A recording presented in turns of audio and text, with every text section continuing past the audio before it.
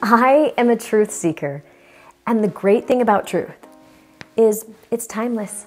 It's universal, unbound by the constraints of eras or individuals. Discovering a truth does not mean you are required to be its originator. Rather, it involves unearthing a timeless reality that persists, and regardless of when or by whom it was found.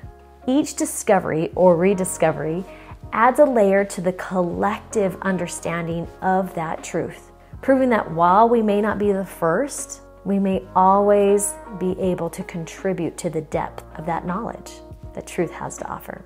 A great example of this is a man I watched giving an interview. And as he spoke, he shared a truth. And he said, great minds discuss ideas, average minds discuss events, and small minds discuss people. Now, many of us know that this is the great Eleanor Roosevelt. She made this statement and had many truth nuggets throughout her time.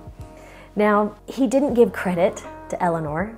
He just was sharing a truth. And the critics came out and just annihilated him. I felt so bad. And what was ironic is they missed the truth because they were too distracted by him. Oh, he's saying it as if it's his.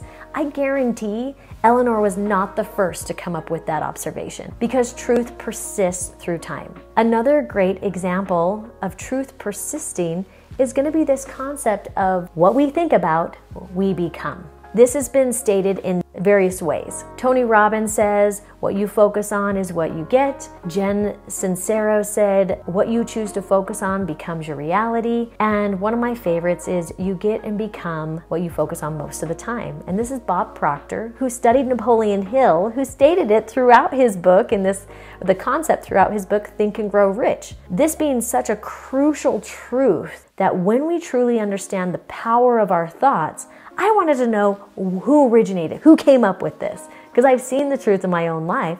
But if I'm going to talk about a truth, let me give proper credit. So in my research, I found a Greek philosopher, and not just a Greek philosopher, an ancient Greek philosopher. Epictetus died in 135 AD. He said, you become what you give your attention to.